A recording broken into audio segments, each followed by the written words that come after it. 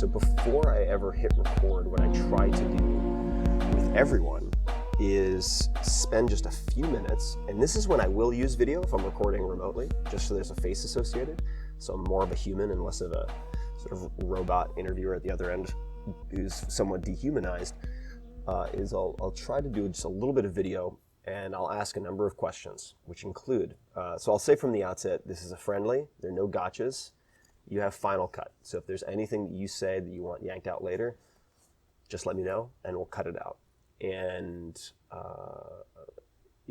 I encourage them, I say it's better to be excessively open and then cut stuff out, because I can't add interesting things in later. And this gets easier with time, and comes back to the question of guest recruitment, which we can touch on.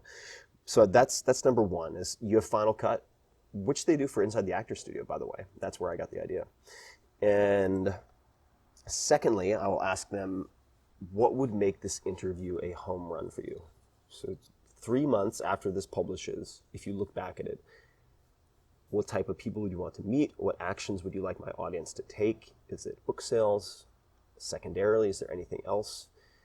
Because I can put my machine behind it in such a way and position it in such a way to optimize for those outcomes. And this is before you hit record? Before I hit record. Okay. And almost no interviewers ever ask that question, right? So they're like, oh, interesting. All right, thanks for asking. And then they lay it out. I'm like, okay, cool. So you want to do this, this, and this. Great. I'll take this link and I'll put it at the top of the show notes to increase the click-through rate, and A, B, C, D, and E. Next question that I always ask, it's not unique to you, but is there anything you'd prefer not to talk about, so that we don't even have to edit it later? Anything you don't want to talk about. So some people will say, I'd prefer not to talk about my son, or I'd prefer not to talk about my family, or X, Y, and Z lawsuit that everybody's fascinated by. I'm over it. It's just exhausting, and it's not that interesting or useful. I don't want to talk about that. Great, no problem. Won't even touch it. And those are a few of the questions that I ask. And then what I'll also do is I'll lay out the format of the show, and I will say, as a bit of context, so you know the roadmap. Typically, what I do is I'll bounce all over the place for the first 30 minutes. It's very non-linear, so we'll go all over the place, just like a natural conversation, with questions that are just of interest to me.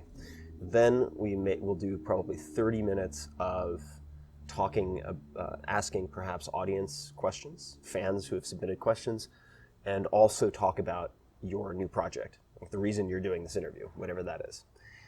And then in the tail end, we'll do my rapid fire questions, which I will very often send to people in advance so they don't get stumped. Some of them look, some of them don't. And then we'll wrap up and we'll do a call to action. I'll ask you what you would like everyone to do as suggested next step, and I'll record the intro later so that I can also hit your new book or your new fill in the blank. And then on top of that, I'll do A, B, and C to optimize for these outcomes you've already told me are really important for you. Sound like a plan? Cool. And then they're ready to rock and roll. And very, very few interviewers, and I've been interviewed hundreds and probably thousands of times. I could count on one hand the people who have gone through that prep process with me.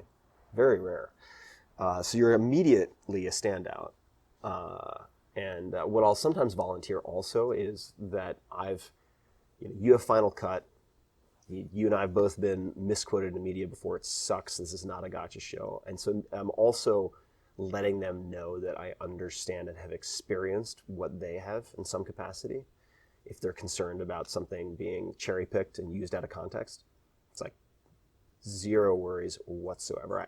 I ask them, and then there are things that happen before the interview ever starts, which is asking them for, say, preferred photographs and preferred bio, and if they have any requested talking points or subjects that they'd like to explore.